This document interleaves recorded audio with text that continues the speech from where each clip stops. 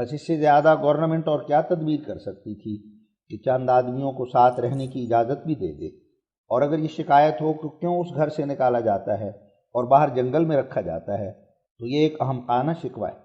میں یقیناً اس بات کو سمجھتا ہوں کہ اگر گورنمنٹ ایسے خطرناک امراض میں مداخلت بھی نہ کرے تو خود ہر ایک انسان کا اپنا وہم وہی کام اس سے کرائے گا جس کام کو گورنمنٹ نے اپنے ذمے لیا ہے۔ مثلاً ایک گھر میں جب طاعون سے مرنا شروع ہو تو 2-3 موتوں کے بعد گھر والوں کو ضرور فکر پڑے گا کہ اس منحوس گھر سے جلد نکلنا چاہیے، اور پھر فرض کرو کہ وہ اس گھر سے نکل کر محلے کے کسی اور گھر میں آباد ہوں گے اور پھر اس میں بھی یہی آفت دیکھیں گے، تب ناچار ان کو اس شہر سے علیحدہ ہونا پڑے گا۔ مگر یہ تو شرعاً بھی منع ہے کہ وبا کے شہر کا آدمی کسی دوسرے شہر میں جا کر آباد ہو۔ یا بتبدیل الفاظ ہم یہ کہہ سکتے ہیں کہ خدا کا قانون بھی کسی دوسرے شہر میں جانے سے روکتا ہے، تو اس صورت میں بجز اس تدبیر کے جو گورنمنٹ نے پیش کی ہے کہ اسی شہر کے کسی میدان میں وہ لوگ رکھے جائیں، اور کون سی نئی اور عمدہ تدبیر ہے جو ہم نعوذ باللہ اس خوفناک وقت میں اپنی آزادگی کی حالت میں اختیار کر سکتے ہیں۔ بس نہایت افسوس ہے کہ نیکی کی عوض بدی کی جاتی ہے اور ناحق گورنمنٹ کی ہدایتوں کو بدگمانی سے دیکھا جاتا ہے۔ ہاں، یہ ہم کہتے ہیں کہ ایسے وقت میں ڈاکٹروں اور دوسرے افسروں کو جو ان خدمات پر مقرر ہوں نہایت درجے کے اخلاق سے کام لینا چاہیے، اور ایسی حکمت عملی ہو کہ پردہ داری وغیرہ امور کے بارے میں کوئی شکایت بھی نہ ہو اور ہدایتوں پر عمل بھی ہو جائے۔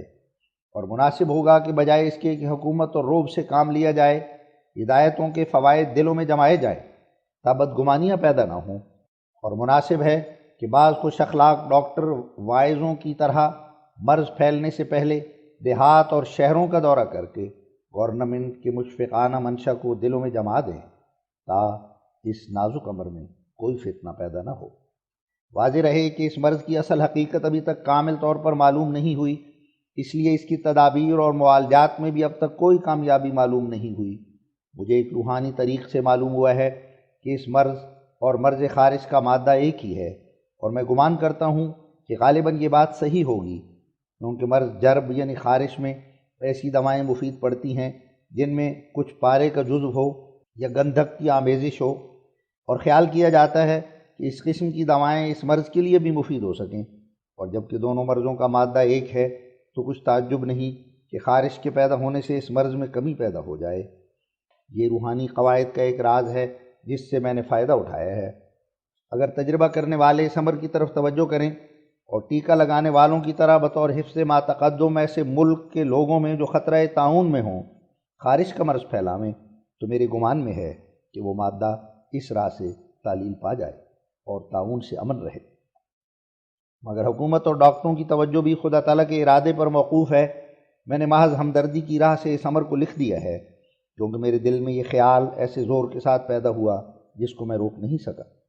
اور ایک ضروری امر ہے جس کے لکھنے پر میرے جوش ہمدردی نے مجھے آمادہ کیا ہے، اور میں خوب جانتا ہوں کہ جو لوگ روحانیت سے بے بہرہ ہیں اس کو ہنسی اور ٹھٹھے سے دیکھیں گے، مگر میرا فرض ہے کہ میں اس کو نوع انسانی کی ہمدردی کے لیے ظاہر کروں، اور وہ یہ ہے کہ آج جو 6 فروری 1898 روز یکشنبہ ہے، میں نے خواب میں دیکھا کہ خدا تعالیٰ کے ملائک پنجاب کے مختلف مقامات میں سیاہ رنگ کے پودے لگا رہے ہیں، اور وہ درخت نہایت بد شکل اور سیاہ رنگ اور خوفناک اور چھوٹے قد کے ہیں۔ میں نے بعض لگانے والوں سے پوچھا کہ یہ کیسے درخت ہیں، تو انہوں نے جواب دیا کہ یہ طاعون کے درخت ہیں جو عنقریب ملک میں پھیلنے والی ہے۔ میرے پر یہ امر مشتبہ رہا کہ اس نے یہ کہا کہ آئندہ جاڑے میں یہ مرض بہت پھیلے گا، یا یہ کہا کہ اس کے بعد کے جاڑے میں پھیلے گا، لیکن نہایت خوفناک نمونہ تھا جو میں نے دیکھا۔ اور مجھے اس سے پہلے طاعون کے بارے میں الہام بھی ہوا، اور وہ یہ ہے ان اللہ لا یغیر ما بقوم حتی یغیروا ما بانفسہم انہ آوى القریہ۔ یہ فکرہ کہ انہ آوى القریہ اب تک اس کے معنی میرے پر نہیں کھلے، اور رویا عام وبا پر دلالت کرتی ہے مگر بطور تقدیر معلق منہ، یعنی جب تک دلوں کی وبائے معصیت دور نہ ہو تب تک ظاہری وبا بھی دور نہیں ہوگی۔ اور در حقیقت دیکھا جاتا ہے کہ ملک میں بدکاری کثرت سے پھیل گئی ہے، اور خدا تعالیٰ کی محبت ٹھنڈی ہو کر ہوا و ہوس کا ایک طوفان برپا ہو رہا ہے۔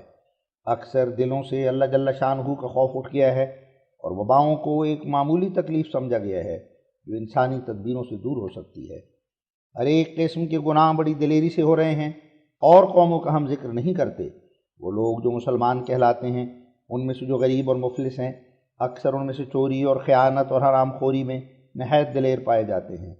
جھوٹ بہت بولتے ہیں، اور کئی قسم کی خسیس اور مکروہ حرکات ان سے سرزد ہوتے ہیں،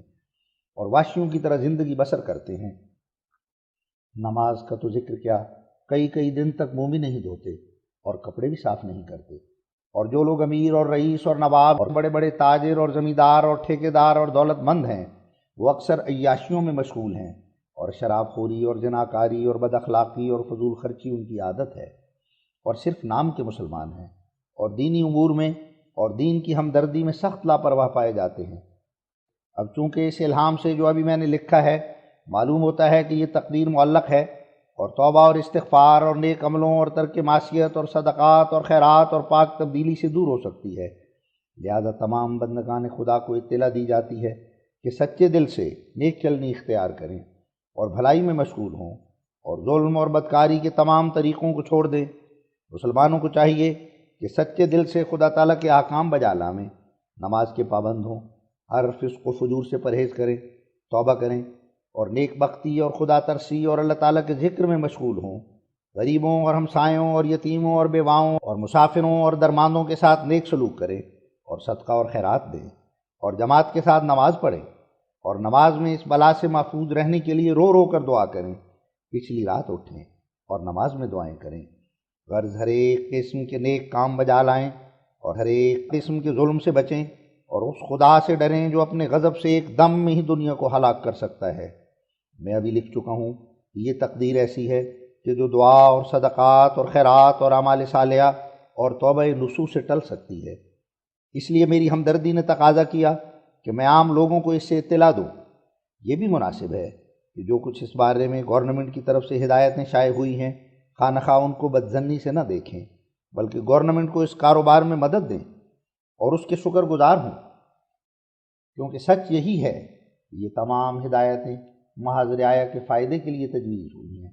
اور ایک قسم کی مدد بھی ہے کہ نیک چلنی اور نیک بختی اختیار کر کے اس بلا کے دور کرنے کے لیے خدا تعالیٰ سے دعائیں کریں تاکہ یہ بلا رک جائے یا اس حد تک نہ پہنچے کہ اس ملک کو فنا کر دے۔ یاد رکھو کہ سخت خطرے کے دن ہیں اور بلا دروازے پر ہے، نیکی اختیار کرو اور نیک کام بجا لاؤ۔ خدا تعالیٰ بہت حلیم ہے، لیکن اس کا غضب بھی کھا جانے والی آگ ہے، اور نیک کو خدا تعالیٰ ضائع نہیں کرتا۔ ما یفعل اللہ بعذابکم ان شکرتم وآمنتم، النساء 148۔ بترسید از خدائے بے نیاز و سخت قہارے، نہ پندارم کے بد بیند خدا ترسے نکوکارے۔ مرا باور نمی آید کہ رسوا گردداں مردے، کہ می ترسد دزاں یارے کہ غفار است و ستارے۔ گراں چیزے کہ بے بینم عزیزاں نیز دیدندے،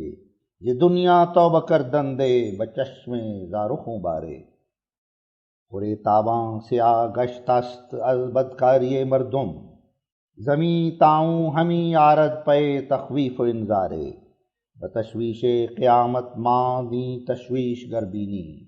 علاج نیست بہرے دفعاں جز حسن کردارے۔ نہ شاید تاختن سرزاں جناب عزت و غیرت، کہ گر خواہد کشد در یکدمیں تو کرم بیکارے۔ من از ہمدردیت گفتم تو خود ہم فکر کن بارے، خرد از بہر این روز است اے دانا و ہوشیارے۔ تاریخ طبع اشتہار ھذا 6 فروری 1898۔